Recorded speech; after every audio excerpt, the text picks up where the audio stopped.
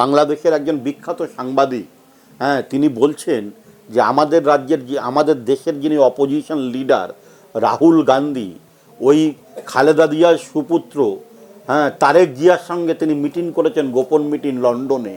তাহলে এই চক্রান্তর গন্ধটা কিন্তু অনেক গভীর। আজকে বাংলাদেশে সাধারণ মানুষের কোনো নিরাপত্তা নেই, বিশেষ করে ওখানে যারা সংখ্যালঘু সম্প্রদায় অর্থাৎ হিন্দু সম্প্রদায়, তাদের ঘরবাড়ি জ্বালানো হচ্ছে, পোড়ানো হচ্ছে, হিন্দু মায়েদের ধর্ষণ করা হচ্ছে, হিন্দু মন্দির ভাঙা হচ্ছে। এ কোন সকাল?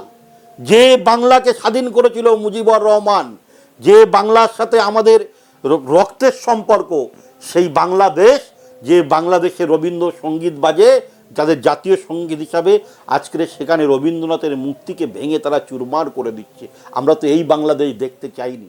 ডাক্তার ইউনূস ভারত বিরোধী কথা বলছেন, কিন্তু আমাদের প্রাইম মিনিস্টার ইউনূস যখন ওই সরকারের প্রধান হয়ে বসেছেন, আমাদের ভারতবর্ষের প্রধানমন্ত্রী শুভেচ্ছা দিয়েছেন, অভিনন্দন জানিয়েছেন, এও জানিয়েছেন যে সেখানকার সংখ্যালঘু সম্প্রদায় অর্থাৎ হিন্দু সম্প্রদায়ের নিরাপত্তার ব্যবস্থা আপনাকে করতে হবে। আমাদের একটাই কথা, বাংলাদেশের হিন্দুদেরকে সুরক্ষা এবং নিরাপত্তা দিতে হবে, না হলে আমরা এ বাংলায় আমরা মিছিলে মিছিলে জয়লাভ করব, আমরা রাস্তায় নামবো, প্রতিবাদে সোচ্চার হব। ভিপি নূর, ওকে অনেক দিন ধরে আমি চিনি এবং জানি, এ হচ্ছে জামাতের পৃষ্ঠপোষকতায় বড় হয়েছে, এ হচ্ছে জামাতের লোক। তার ভাষা হবে, জামাতিরা যে ভাষা বোঝে সেই ভাষা, তার ভিপি নূরের সেই ভাষা। অতএব ভিপি নূর নিয়ে আলোচনা না করাই বাঞ্ছনীয় বলে আমি মনে করি। ভিপি নূরের এত বড় ক্ষমতা নেই যে ভারতবর্ষের হাই কমিশনারকে তিনি সেখানে ঘেরাও করে আটকে রাখবেন, এত ক্ষমতা নেই। সব ফাঁকা বুলি আওয়াজ, মুকেতাং জগতাং মারি। ছাত্র আন্দোলন শুরু হয়েছিল, ছাত্র আন্দোলনকে আমরা সম্মান জানিয়েছিলাম, কুর্নিশ জানিয়েছিলাম, কিন্তু ছাত্রদের আন্দোলন আর নেই। এখন আন্দোলন হয়ে গেছে জামাতি, বিএনপি, তারেক জিয়ার ছেলেদের হাতে আন্দোলন চলে গেছে, দেশটা সন্ত্রাসবাদীদের হাতে চলে গেছে। আগামী দিন বাংলাদেশ সুরক্ষিত থাকবে কিনা, বাংলাদেশের হিন্দুরা সুরক্ষিত থাকবে কিনা, বাংলাদেশের জনগণ সুরক্ষিত থাকবে কিনা, এটা প্রবল দুশ্চিন্তার বিষয়। কিন্তু না, বাংলাদেশি ছাত্রী, একটা ভিডিও ভাইরাল হয়েছে, সেই ছাত্রীর মুখে স্লোগান শোনা যাচ্ছে, শেখ হাসিনার ঠিকানা মোদির বিছানা। এতখানি নোংরা স্লোগান দিচ্ছে, অত্যন্ত লজ্জাজনক। ওরাও এও ঠিকানা দিচ্ছে, হরে কৃষ্ণ হরে রাম, হাসিনার বাপের নাম। এটা আমি একজন সংখ্যালঘু মুসলিম হিসেবে অত্যন্ত দায়িত্ব সহকারে বলছি, অত্যন্ত লজ্জার ঘটনা এবং অত্যন্ত বেদনাহতের ঘটনা। এর জন্য আমি নিজে লজ্জিত।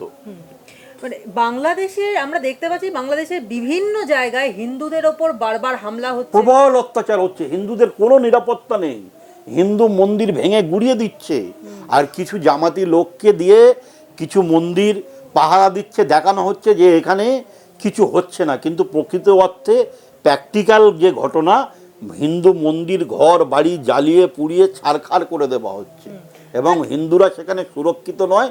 গতকাল শাহবাগে লক্ষাধিক হিন্দু ভাইরা এসে জানান দিয়েছে যে এই দেশ আমার, এই মাতৃভূমি আমার, আমরাও স্বাধীন করেছি, আমরাও দেশের জন্য রক্ত দিয়েছি, আমরাও হিন্দুরা দেশকে ভালোবেসেছি, আমরা এই দেশে আছি, এই দেশের সাংবিধানিক অধিকার আমাকে দিয়েছে, আমাদের উপরে অত্যাচার বন্ধ হোক।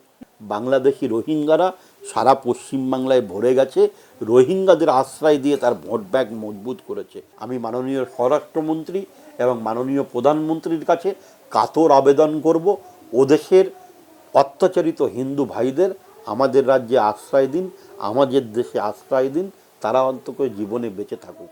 দেশের উপরে আঘাত আসলে ভারতবর্ষের হিন্দু মুসলমান 140 কোটি মানুষ গর্জে উঠবে এবং সবাই বলবে মা তুজে সালাম।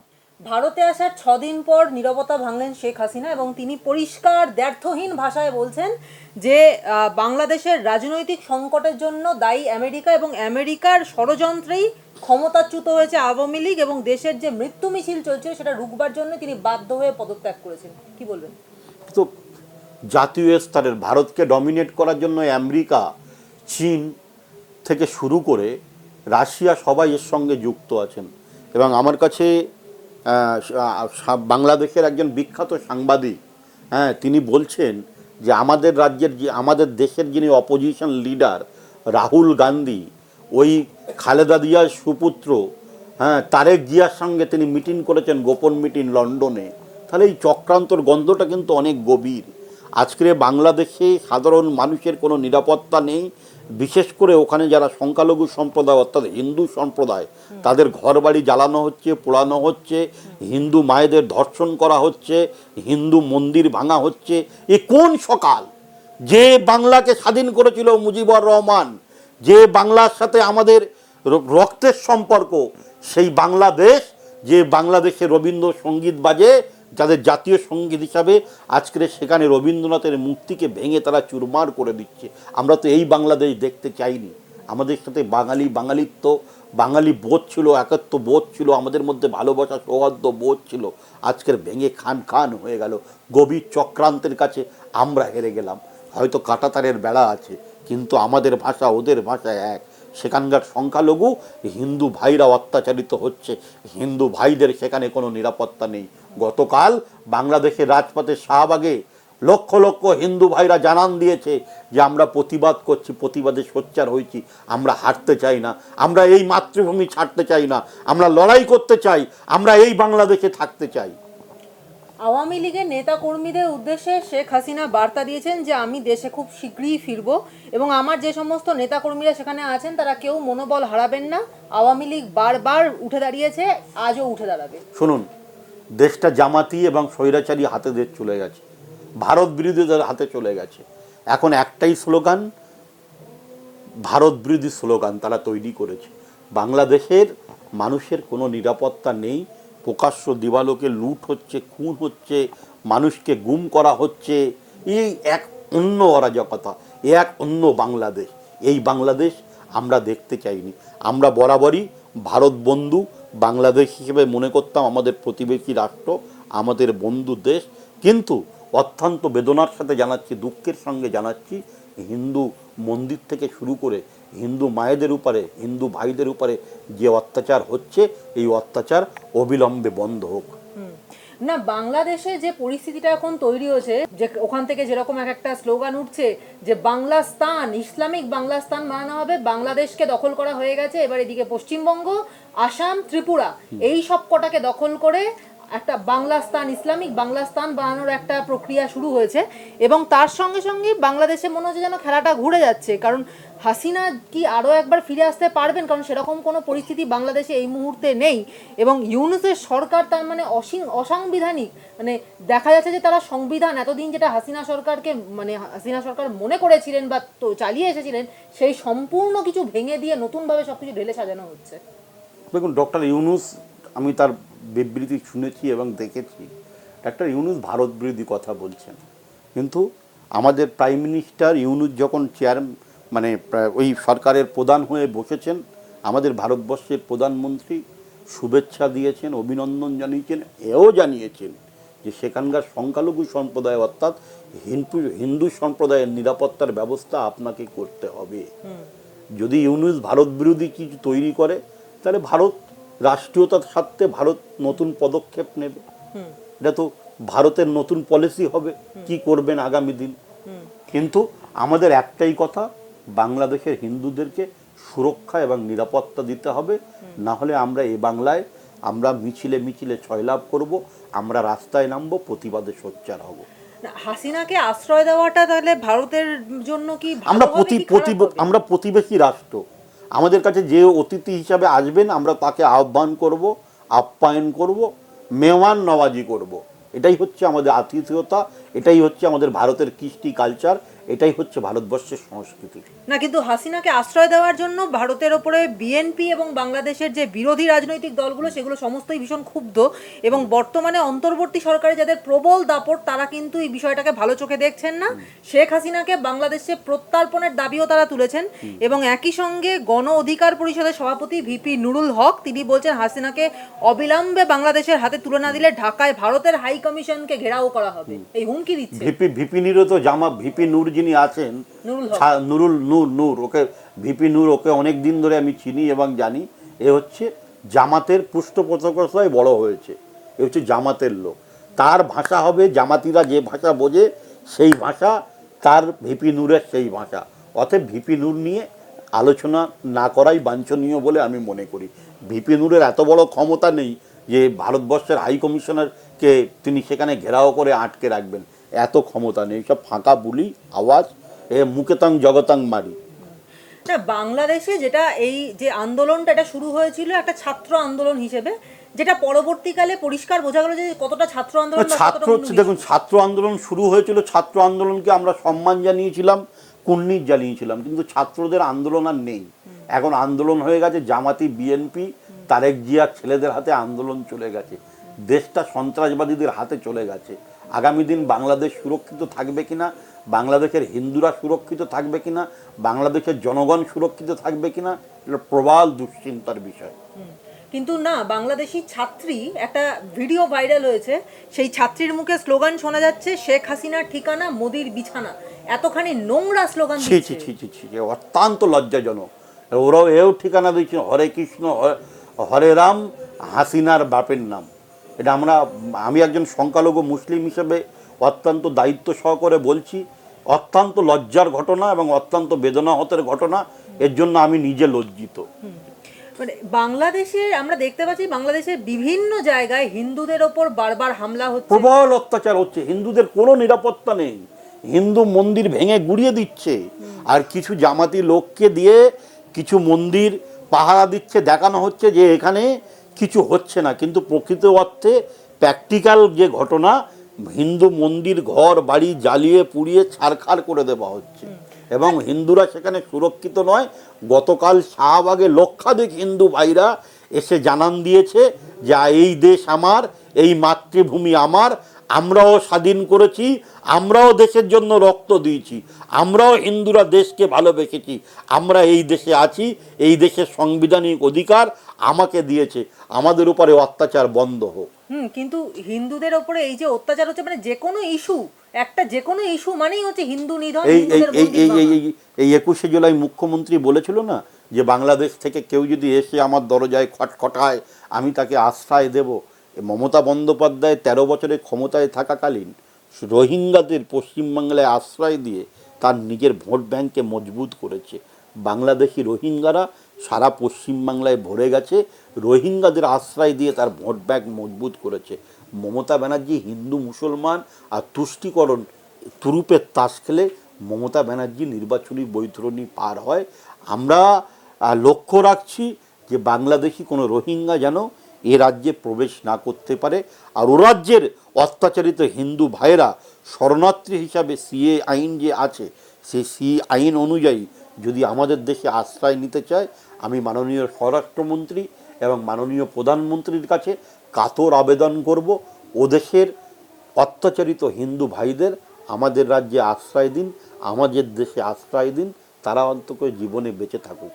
কিন্তু কালকে আমরা দেখতে পেলাম যে শত শত হিন্দু মানুষ তারা শাহবাগ স্কোয়ারে দাঁড়িয়ে তারা নিজেদের কথা, নিজেদের একদম দাবির কথা তাদের জানাচ্ছে, অধিকারের কথা জানিয়েছে, কিন্তু তাদের দাবির কথা প্রশ্নটা জানিয়েছে। হচ্ছে যে আমাদের দেশের প্রধানমন্ত্রী বা আমাদের দেশের কূটনীতিবিদ যারা আছেন তারা এমন কোনো কূটনৈতিক চাল কেন চালতে পারছে না যাতে বাংলাদেশে নিজেদের না, মাতৃভূমিতে নিশ্চিত হিন্দুরা ঠিক থাকতে পারে? নিশ্চিত রূপে আমার বিশ্বাস আছে আমাদের স্বরাষ্ট্রমন্ত্রী যশস্বী মাননীয় অমিত শাহজি, যশস্বী প্রধানমন্ত্রী এবং নিরাপত্তা উপদেষ্টা অজিত দোভালজি, তারা চেষ্টা করছেন যে ওখানে ওদেশের হিন্দুদের সুরক্ষিত রাখার জন্য সুরক্ষা বলয়ের মধ্যে রাখার চেষ্টা করছেন।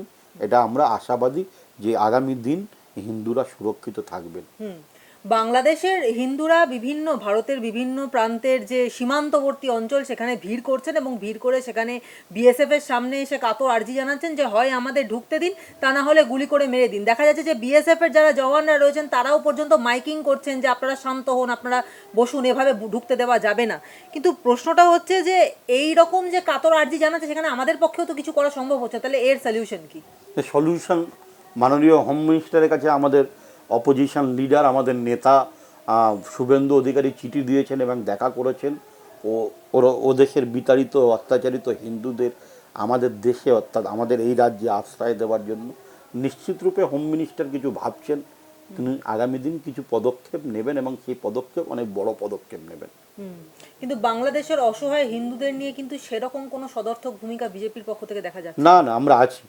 আমরা আছি এবং মিটিং মিছিল সমস্ত জায়গায় মানুষের কাছে জনমত তৈরি করছি। আমরা রাস্তায় নেমেছি, প্রতিবাদে সোচ্চার হয়েছি। আমরা বাংলাদেশ হাই কমিশনারের কাছে গেছি, আমাদের বিরোধী দলনেতা মাননীয় হোম মিনিস্টার অমিত শাহজির সাথে দেখা করেছেন, তিনি কাতর আবেদন জানিয়েছেন যে হিন্দুদেরকে আশ্রয় দিন, হিন্দুদেরকে বাঁচান। বাংলাদেশে স্থিতিশীলতা দরকার, তা না হলে সেটা ছড়িয়ে পড়তে পারে ভারতেও, রীতিমতো হুমকি দিচ্ছেন ডক্টর ইউনূস, কি বলবেন? ইউনূসের কথায় আমি গুরুত্ব দিই না। ইউনূসকে এই হাসিনা একদিন বলতেন যে গরিবের রক্তচোষা ইউনূস, সুদখোর ইউনূস, অতএব এই ইউনূসকে বসিয়েছেন, বয়স হয়েছে, বয়সের ভারসাম্য। যেমন আমাদের রাজ্যে আছেন একজন নোবেল জয়ী, তার নাম অমর্ত্য সেন, তিনি কখন কি বলেন তার ঠিক নেই, এবং ইউনূসেরও ওই একই অবস্থা, কখন কি বলেন তার ঠিক নেই। অর্থাৎ ইউনূসের কথার কোনো বিশ্বাসযোগ্যতা নেই। বাংলাদেশের সাথে আমাদের ভালোবাসা, ভ্রাতৃত্ববোধ ছিল, আছে, আগামী দিনও থাকবে, কিন্তু আমরা হিন্দু সুরক্ষা চাই, সেখানকার হিন্দুদের নিরাপত্তা চাই। একটা শেষ প্রশ্ন করব কাসেমদা, যে পশ্চিমবঙ্গ, আসাম এবং ত্রিপুরা দখল করে বাংলাদেশের সঙ্গে যুক্ত করে তৈরি করা হবে ইসলামিক বাংলাস্তান, এবং ইসলামিক বাংলাস্তানের লক্ষ্যে জামাত এই লক্ষ্য স্থির করে লক্ষ্য পূরণের দিকে নামছে। প্রশ্নটা হচ্ছে, সেটা কি আদৌ কোনোদিন সম্ভব হবে? যদি হয় তাহলে তো ভয়ঙ্কর ঘটনা হবে। ওটা দিবা স্বপ্ন দেখছে, এটা কখনোই সম্ভব নয়। আমরা ভারতবর্ষে 140 কোটি মানুষ, আমাদের মধ্যে ঐক্যবদ্ধ আছে, আমাদের মধ্যে ভ্রাতৃত্ববোধ আছে, আমাদের মধ্যে ভালোবাসা আছে, আমাদের কি কেউ ভাঙতে পারবে না, কেউ ভাঙতে পারবে না। দেশের উপরে আঘাত আসলে ভারতবর্ষের হিন্দু মুসলমান 140 কোটি মানুষ গর্জে উঠবে এবং সবাই বলবে মা তুঝে সালাম, সারে জাহাঁ সে আচ্ছা হিন্দুস্তান আমারা। বাংলাদেশে এই যে সমস্যা, যে মানে ভয়ঙ্কর পরিস্থিতি বাংলাদেশে, সেটা এখনো ঠান্ডা হতে পারলো না, তার মধ্যেই গোটা কলকাতা জুড়ে আবার আগুন জ্বলে উঠলো ডাক্তারি ছাত্রীর মৃত্যুতে, এবং সেই নিয়ে দুদিন ধরে তো দফায় দফায় ছাত্রদের মিছিল, ছাত্রদের বিভিন্ন রকম দাবি দাওয়া চলছেই, তার সঙ্গে এই মিছিলের চাপে, ছাত্রদের চাপে শেষ অবধি আরজি করে যিনি অধ্যক্ষ তিনি পদত্যাগ করলেন এবং বললেন যে আমার মেয়ের মৃত্যু হয়েছে, বাবা হিসেবে আমি সেটা মানতে পারলাম না, তাই পদত্যাগ করলাম। কি বলবেন? আরজি করের যিনি অধ্যক্ষ আছেন, প্রিন্সিপাল আছেন, সন্দীপবাবুকে সত্যি কথাটা বলতে বলুন, মুখ খুলতে বলুন, কে আছে। আমার মনে হয় প্রত্যক্ষভাবে জড়িত আছেন আরজি করের যিনি সুপার, তিনি এর সঙ্গে জড়িত আছেন, এবং অত্যন্ত মানে ঘৃণিত কর্ম এটা, এবং যারাই করেছেন তাদের দৃষ্টান্তমূলক শাস্তি চাই। অবিলম্বে পরিবারের দাবি মেনে সিবিআই ইনকোয়ারি হোক, দোষীদের দৃষ্টান্তমূলক শাস্তি হোক। শুধু সঞ্জয় রায়কে বলির বকরা করলে হবে না, সঞ্জয় রায়ের থেকে আরও বড় বড় রাঘববোয়াল আছে, সেই রাঘববোয়ালগুলোকে আড়াল করতে চাইছে মমতা বন্দ্যোপাধ্যায়, একজন নারী মুখ্যমন্ত্রী। সেই রাজ্যের মেয়েরা নিরাপত্তা নেই, সেই রাজ্যের মেয়েরা নিরাপত্তা বোধ করছেন না।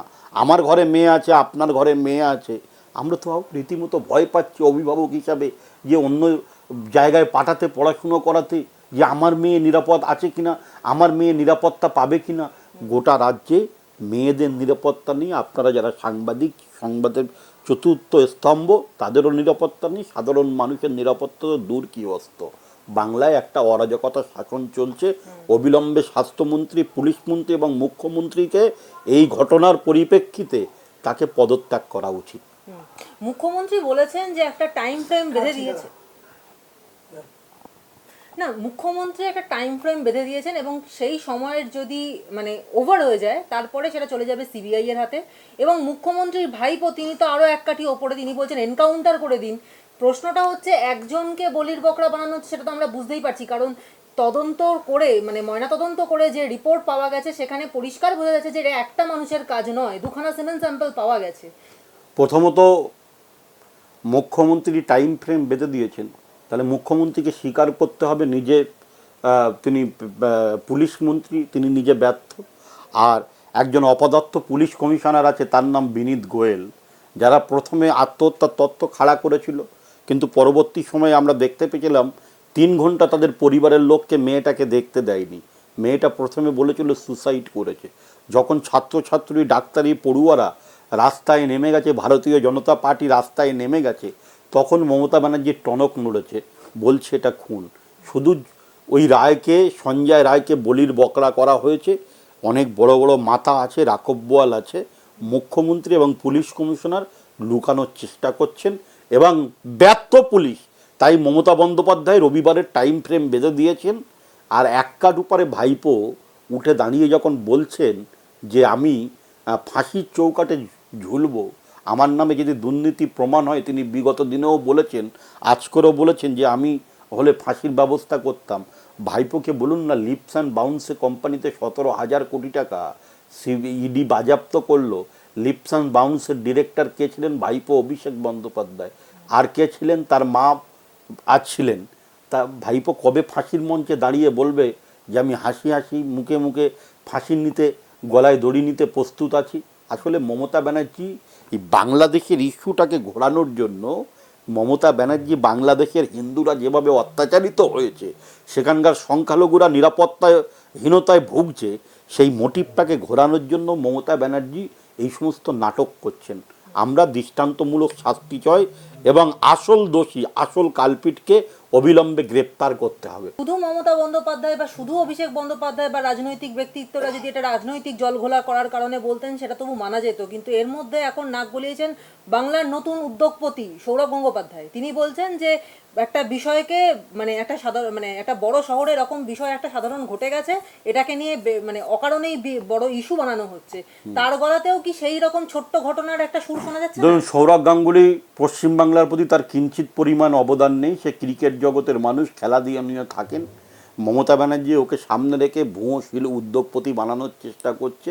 সৌরভ গাঙ্গুলিকে শালবনীতে রড ফ্যাক্টরি করার জন্য তাকে জায়গা দিয়েছিল, কিন্তু পরবর্তী সময়ে আমরা দেখেছিলাম তিনি আর করতে পারছেন না। সৌরভ গাঙ্গুলি নিজের স্বার্থ ছাড়া আর কিছু বোঝেন না। সৌরভ গাঙ্গুলিকেও ভাবতে হবে নিজের ঘরের মেয়ে আছে, সেই মেয়েটির নিরাপত্তা আগামী দিন থাকবে কিনা সৌরভ গাঙ্গুলিকে নিশ্চিত করতে হবে। আমরা যারা অভিভাবক, আমরা নিরাপত্তাহীনতায় ভুগছি। তাই সৌরভ টাঙ্গুলিকে বাংলার মানুষ এত গায়ে মাখে না। স্বাভাবিকভাবে এই সৌরভ গাঙ্গুলিদের কথার কোনো গ্রহণযোগ্যতা নেই। আমরা চাই, আমরা যারা সচেতন নাগরিক, এদেশের গণতন্ত্রপ্রেমী মানুষ, অবিলম্বে দৃষ্টান্তমূলক শাস্তি হোক এবং আসল কালপিটকে গ্রেপ্তার করুক। কোথায় গেল সেই শান্তনু সেন, যিনি বিগত দিনে রোগী কল্যাণ সমিতির চেয়ারম্যান ছিলেন? কোথায় গেল সুদীপ্ত রায়, যিনি এখন রোগী কল্যাণ সমিতির চেয়ারম্যান? এদের সবাইকে গ্রেপ্তার করতে হবে। আসল কালপিট তাকে গ্রেপ্তার করতে হবে। এবং যে কনফারেন্স রুমে যারা রেস্ট করে, সেখানে ঢুকলো কি করে? ঢুকে একটা মেয়েকে পাশবিক নির্যাতন করে, তাকে ধর্ষণ করে, তাকে অত্যাচার করে খুন করা হলো। হ্যাঁ, আপনি হলে মানতেন?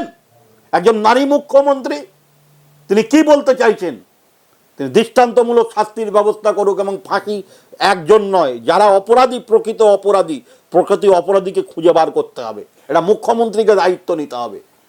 কাশেমদা, আমরা তাহলে দেখতে পাচ্ছি যেটা, যে এই মুখ্যমন্ত্রী মহিলা মুখ্যমন্ত্রীকে আনার পেছনে এটাও একটা কারণ, যে আমাদের রাজ্যের নারী যে স্বাধীনতা বা নারীদের ওপরে অত্যাচারটা যাতে কম হয় বা সেটাকে নিয়ন্ত্রণ করা। কিন্তু সেখানে দাঁড়িয়ে আমরা কিন্তু কামদুনি দেখতে পেলাম, আমরা হাঁসখালি, আমরা সন্দেশখালি, পার্ক স্ট্রিট, আরজি কর, পরপর কত বলবো, এরকম প্রচুর ধর্ষণের ঘটনা দেখতে পেলাম। এবং মুখ্যমন্ত্রী বলছেন ছোট ঘটনা, ছোট্ট ছেলের দুষ্টুমি। কামদুনির শিপ্রা ঘোষ, যাকে ধর্ষণ করে খুন করা হলো, যারা অপরাধী ছিল তারা সব সংখ্যালঘু মুসলমান। মমতা ব্যানার্জি একবারও কি বলেছেন হ্যাঁ যে এদেরকে ফাঁসি দেওয়া হোক? একবারও বলেননি। কেন বলুন তো? সংখ্যালঘু মুসলিম ভোট দরকার। সংখ্যালঘু মুসলিম ভোট যদি একবার এই দুদল গাইদের ভোট সেখান থেকে সরে যায়, মমতা ব্যানার্জির চেয়ারটাও সরে যাবে। তাই মমতা ব্যানার্জি সংখ্যালঘুদের কিছু বলবেন না। কারণ কামধুনির মা এখনও কি কাঁদে না? কামধুনির মা আজও ডুকরে ডুকরে কাজে, তার মেয়ের বিচার চায়, আজও তারা বিচার পেল না। জবাব কে দেবে? নারী মুখ্যমন্ত্রী। একদিন গর্ব করে বলতাম পশ্চিমবাংলা হচ্ছে সোনার বাংলা, সেই বাংলা আজকে ধ্বংসস্তূপের সামনে দাঁড়িয়ে আছে।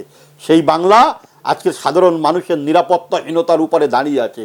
যে বাংলা, সেই বাংলার মুখ্যমন্ত্রী মমতা বন্দ্যোপাধ্যায়, নারী মুখ্যমন্ত্রী, সব ঘটনাকে তিনি ছোট ঘটনা বলে চালিয়ে দেন। এই অরাজকতা চলতে পারে না।